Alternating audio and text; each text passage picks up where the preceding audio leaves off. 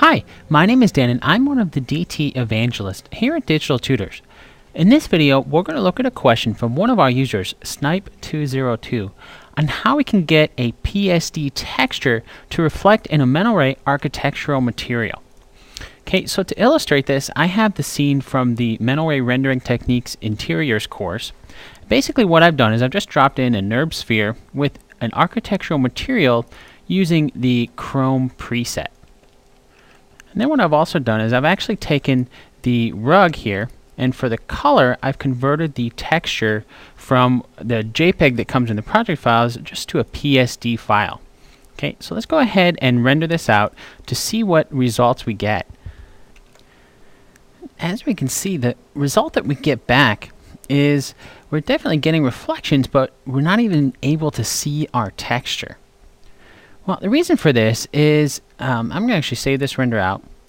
And the reason for this is because Mental Ray, or Maya, requires a special node if we're using a PSD file as our texture. Rather than just the regular file node, there's actually a special node for that. So let's go to Create, 2D Textures, and rather than creating a file node, we're going to want to create a PSD file. Okay, so now that we have this node created, what we can do is select the node, come into our attribute editor, and just like we would with a regular file node, we can come in and find our PSD file. So I'll go to my textures, open up the rug texture. Okay, so we have this texture loaded now. Now all we need to do is to middle click and drag this onto our material here, and we're going to put that into the color because that's where our file texture was placed before.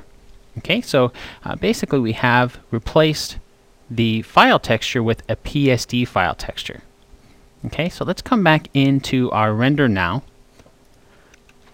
Okay, and the result that we get back with the render, you definitely see that we're getting our file texture here, but our reflection is rather messed up. If we look closely, we can see we're getting some color in here, but it looks really blurry. Well, one thing we can do to fix this would be to adjust the filter type for the PSD file.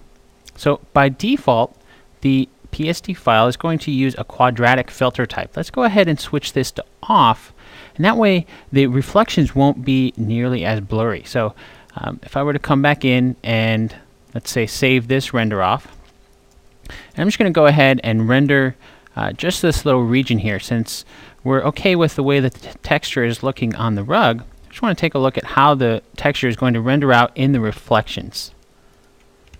And as we can see, we're able to see our file textures here in our reflections for this architectural material.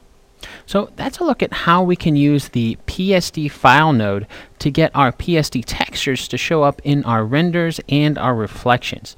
Now, if you want to learn more about using the PSD file node, I'd recommend checking out its lesson in the Maya rendering nodes reference library.